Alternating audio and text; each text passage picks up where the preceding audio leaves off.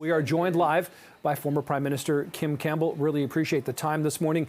Ms. Campbell, if you could sort of start just by thinking about Brian Mulroney, what comes to mind for you the most? Well, I think what's sort of sad is that he seemed to be in Florida recovering from some medical treatment and died from a fall. And I sort of think, it wasn't really his time, but he had an extraordinary role in my life. And I remember when I was thinking of running for Parliament in 1988, I didn't know him. And I asked Pat Carney, who had held my riding before I was elected, I said, what kind of a man is the Prime Minister? And she said, well, the best way to describe it is he's an Irish family man, and he usually comes down on the right side of an issue. And I think that's really true. He had good judgment on the big issues. I think of things like apartheid, when he stood up against a lot of other people. But he was also a man, deeply devoted to his family, wonderful wife, wonderful kids. So he both his private life and his public life were kind of larger than life. He was an extraordinary person. Mm-hmm. And of course, the GST, which of course didn't necessarily help your political career, but of course, even, as people remember Mr. Mulroney last night, they talk about, even former Liberals who were opposed at the time say he was right about the GST and its impact on our country and what it's been able to allow governments to do in the future. It's interesting, history really coming down on his side on that issue in particular. I think the key is to look at what are the things that were very controversial that he did, and are they still there? Are we still doing them? Is the tax still there? The Canada-U.S. Free Trade Agreement, then NAFTA.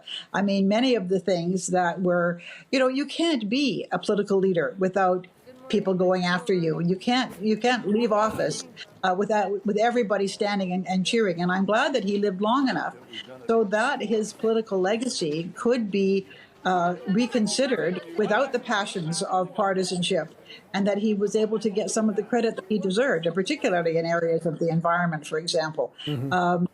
Really a remarkable record, and I was proud to be a member of his government. I'm sure you were, and clearly, what we understand, that behind the scenes, Mr. Mulroney was also, just an incredible, person, a confidant, a mentor to so many people, called people a lot, offered advice very freely. I wonder if you could perhaps share a story or two about conversations that you may have had with him, advice he gave you, that sort of thing.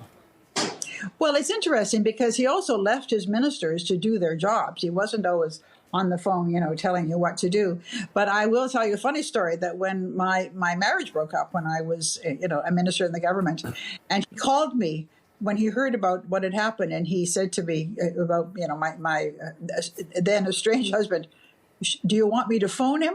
I thought, no, please don't. But it was very typical because he just sort of thought, maybe he should play marriage counselor.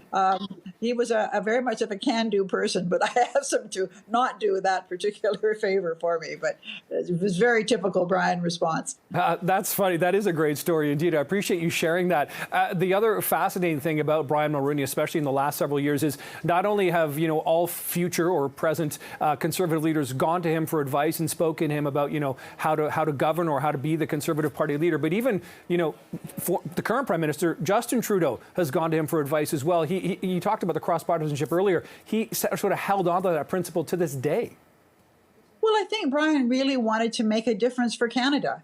Yes, he was a man who had a lot of sense of, pride in himself and whatever, and was proud of his accomplishments, but they weren't primarily just to make him feel good about himself. He wanted to make a difference for Canada. And I think his greatest disappointment was with respect to the issue with Quebec, that he was so hoping that he could resolve those tensions through the Meech Lake Accord and other things. Mm-hmm. But he really wanted to put the economy and the country on a good footing. And so he was always around, and he was part of very important historical developments like the Free Trade Agreement, like the tax negotiations. So he was a very valuable source of knowledge and insight and people understanding. He had good people skills. Absolutely. And of course, we are still waiting for the funeral details from his family. Former Prime Minister Kim Campbell, really appreciate your time this morning as you reflect on your friend and former colleague, Prime Minister Brian Mulroney. Thanks for the time. Lovely to talk to you.